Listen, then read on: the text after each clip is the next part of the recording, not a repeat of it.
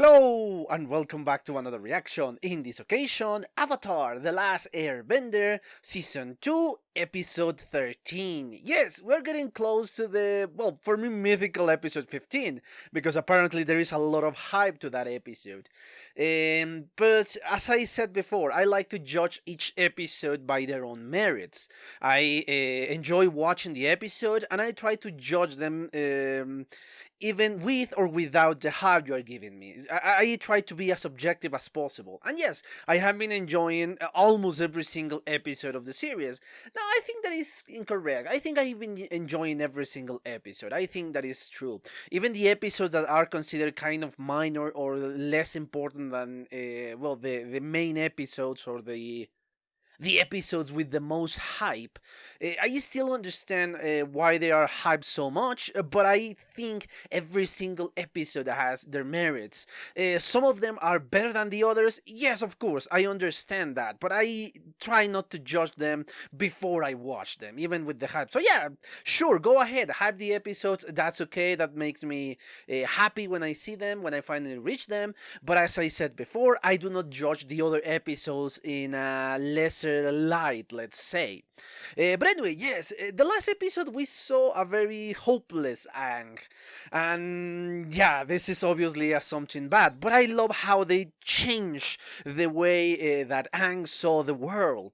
I love how Aang first becomes so angry, but then he understood that yes, this anger is not me, but he did the opposite. I love this transition of the emotions of Aang, and that is something I am very excited to see again. Perhaps not in the same way, because obviously that would lose their special part, but something similar, something of a transition, and not make very quickly. It's not just, oh yes, I'm gonna change in a second. No, I like the fact that they took a couple of episodes to make Aang change. But anyway, yes, I think I'm starting to ramble way too much. The only thing I have to say is, obviously, if you enjoy the content of the channel, yes I know, please consider a subscription and turn on notifications so you can get up to date with whatever we're doing with the channel. If you enjoyed the video, please give me a thumbs up and leave a comment so I know what you think about my reaction, about the episode, and the commentary once you see it. If you want to follow me on Twitter, the link is in the description below, and remember, that is also where the link for their full reaction is. Well, for those who watch me only on YouTube. But anyway, yes, enough about all of that crap. Let's just cut all of these and watch the episode, shall we?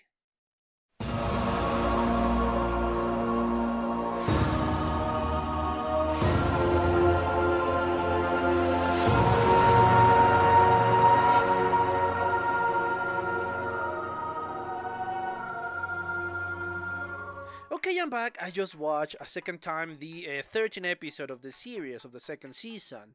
And this episode obviously was, the entire arc of the episode is to destroy the drill, because yeah, that is the biggest threat that we have in the last episode, in the cliffhanger, and in this episode, because that drill could easily reach the city of Ba Sing Se. And yeah, it destroyed the outer wall. So yeah, it is obviously a major threat. And yes, I love the way it was resolved, not by brute strength, but by a little more, at least a smarter approach. Yes, probably in Aang's company there are the most powerful benders, or at least I think they are, or they are going to be, because yes, we have seen these in previous episodes, just how amazing Katara really is at bending, how capable she is, and now she have both talents, the attack and the restoration attack. She can cure somebody and she can destroy somebody else with the power of water, and we have seen just how amazing Toph really is when bending is about. And I love the fact that she's blind, that this disadvantage, or what most of the people would consider a disadvantage, is now her advantage, because thanks to this blindness, she is able to bend a lot better the earth than probably all the other earthbenders that we could meet. Perhaps she only needs experience and she is going to be a lot better, and I mean seriously much more powerful than even Boomy is. Because yes, Boomy is amazing. This is something that I said we watched Boomy before we met Toph. But I think Toph has the potential to become even better than him. A lot better. Obviously, the only thing that she is missing is the ton of experience that Boomy has now, because yeah, he's an old man. But yes, I love these. I love that they are very powerful. And no, I am not forgetting somebody, because obviously Sokka is not a bender. He is not. But as I said in previous videos, he is smart. Not the traditional one, the book smart, not the one who reads, who studies, who do whatever. But he is smart. And he demonstrates this, because yeah, his strategy of war, in this case, well, the war that everybody is fighting against the Fire Nation, he delivered a great strategy. You cannot destroy it from the outside. Perhaps it's possible, but you're going to need a huge amount of resources, of forces to destroy this drill, and by the moment you destroy it by the outside, he's going to be so much inside of the city of Ba Sing Se that yeah, it's going to be fruitless. And the troops of the Fire Nation are going to be in, and yeah, it will be a catastrophe. But by doing it in the inside, you will require a lot less people, a lot more discreet operation, because even at the beginning, the Fire Nation did not notice that they were being sabotaged. But it's going to be a lot faster. Yes, obviously, at this point in which they try to destroy one by one and going all the way through the freaking machine, that was not going to be possible.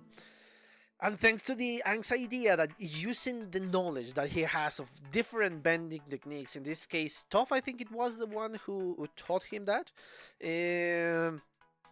he now is capable of thinking, okay, maybe, yes, this is a great plan, but we need to improve it a little bit more. So we have enough time to destroy this thing, because yeah, the time is at the essence in here, and now we will be able to really succeed to destroy and stop this machine.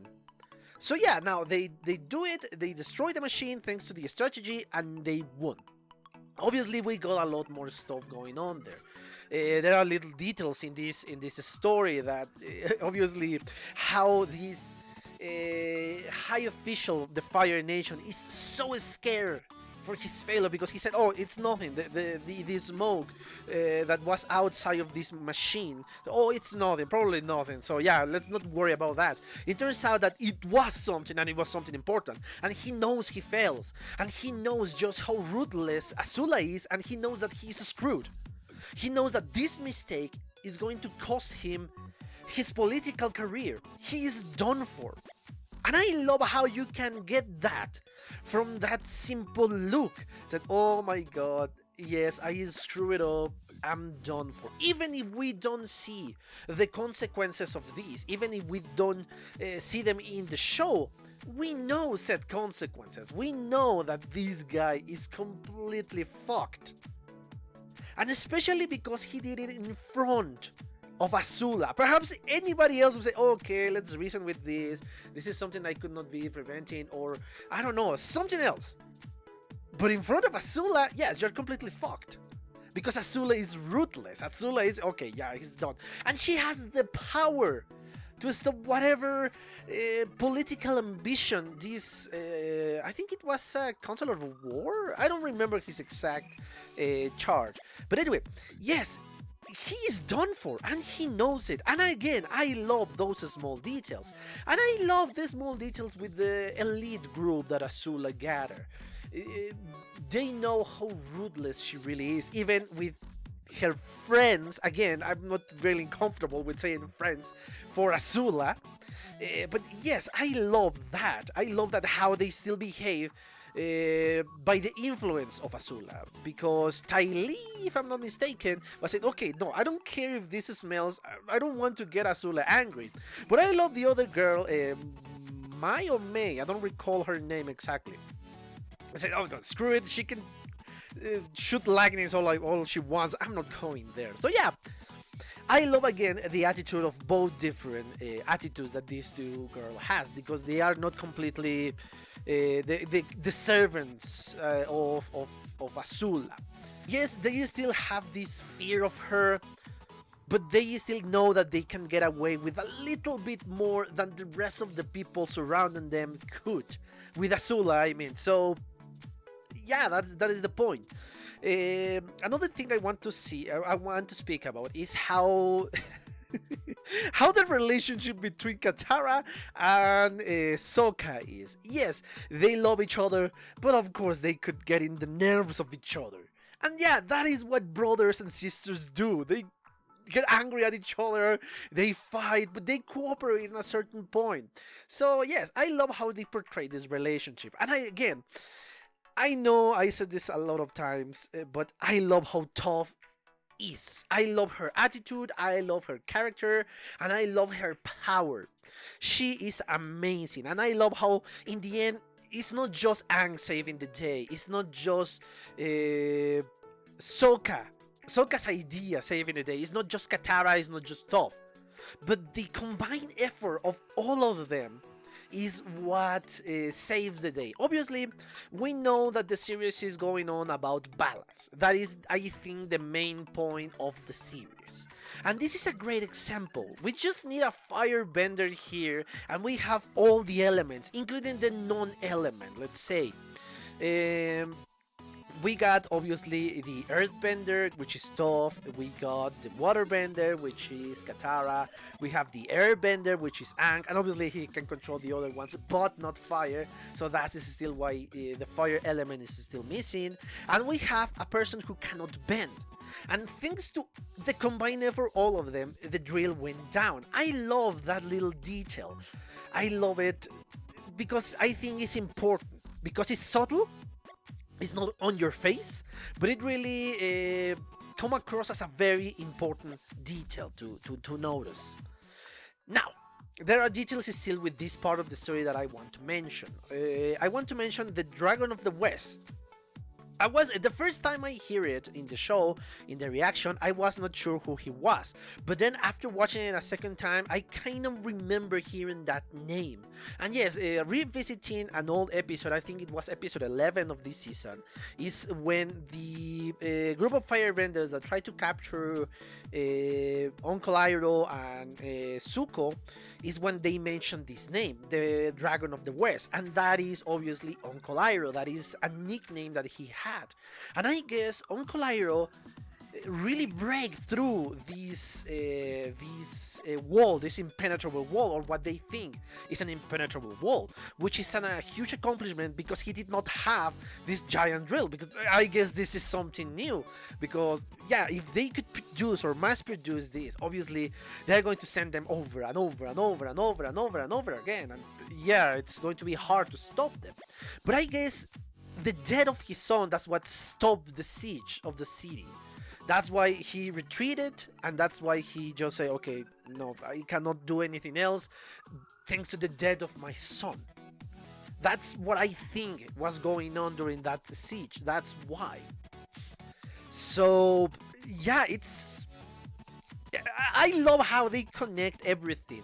And something I was thinking while was redacting this part of my notes is the fact that technically the Dragon of the West just penetrate the walls of the city with very, well, relatively ease. So he is back, and he now is inside of the city. So in the end, he really reached his goal. Not in the way he wanted, obviously, but he reached his goal. Ba Sing Se is now receiving the Dragon of the West. So yes, and now obviously this is going to be kind of a transition for the next part of what I want to talk about. Is obviously Uncle Iroh and Zuko's part. Obviously, we know Jed. We have seen him that he hates the Fire Nation. And so far, he was very happy with going along with Zuko. Obviously, he didn't know that he was a prince, that he is being punished by something, but he is part of the Fire Nation. We know that Jets hates the Fire Nation. But in the moment he got a hint that they are Fire Nation, or members of the Fire Nation, that is when he started to hate. And we saw the change in expression in Jet. We saw that. And I don't know how this is going to be developed, which is something I'm really interested to see. I don't know if Jet is going to stalk them. I don't know if Jet is going to try to attack them, or just to reveal that they are Fire Nation and they should be expelled out of the city, or they should be captured as prisoners. I don't know. I genuinely have no idea where that thread is going, but I'm very, very intrigued. And now, this is again, well, no, you have told me that even the small details here are important. We know who the family that sit beside Uncle Iroh really is. It's the family that Aang accompanied during this serpent pass, if I'm not mistaken, and the little baby. We know the name of the kid is Hope. So I don't know if I don't know if the show creators want to say there is hope entering Ba Sing Se, or I don't know if they are trying to tell us that yes, there is hope for Uncle Iroh and for Zuko. I don't know which one, I don't know which size, but this encounter is obviously important for the future. That's what I think it is. That's what I think it's going to be important, this encounter. Perhaps it's just to give you hope for something or something else, or we're going to see this little kid later on. I have no idea where is this going, but I know this is going somewhere, because again, you have told me that I should really pay attention to the details. And obviously this is something I enjoy, to see all the small details that go into the background, but in the end they pay off. And hopefully this is going to be one of those small details that pay off. Okay, yeah, reading my notes, I almost forgot about something that they mentioned very casually in the episode. When Aang said, "I wish I was a metal bender." I don't know if those exist. I don't know if it was just something that he wants to do, because yeah, he wants to create this new type of bending. Or I don't know if there are metal bendings that exist outside in the world, and they are either part of the Fire Nation, or they are so hidden that nobody knows where they are. And obviously it's a very complicated technique to learn. I don't know, but I don't know why it caught my attention, that small mention. I don't know why, but I think it's important, and this is something obviously I'm asking to you guys. Those things, those guys exist, those that kind of tribe exists. And obviously if it's a spoiler, please don't let me know until I figure it out by my own. But if it's not, yeah, sure, let me know. But anyway, yes, I think I really exhausted the topic of this episode. I hope you enjoy it. Yes, I'm trying to think if there is something else. Well, other than the fact that this is a more happier ending, and the fact that we still haven't found Oppa. But yes, I think that really that's it. I think that really that's it. Anyway, I hope you enjoy it, and remember, if you enjoy the content of the channel, please consider a subscription and turn on notifications so you can get up to date with whatever we're doing with the channel. If you enjoyed the video, please give me a thumbs up and leave a comment to let me know what you think about the episode, what you think about my reaction or my commentary. What else? Oh yes, if you want to follow me on Twitter, the link is in the description below. And yeah, that's it. I have nothing else to say, but thank you for your attention, and see you on the next one. Bye. Okay guys, I hope you enjoyed that video, and if you did, give it a like, so the algorithm from YouTube will help me out. And check my other videos, share them, and also why not subscribe to my channel and join this community. And as always, I want to thank you for your attention, your likes, and even your dislikes, your comments, which is something I always look forward to read. And yeah, once more, thanks, and see you on the next one.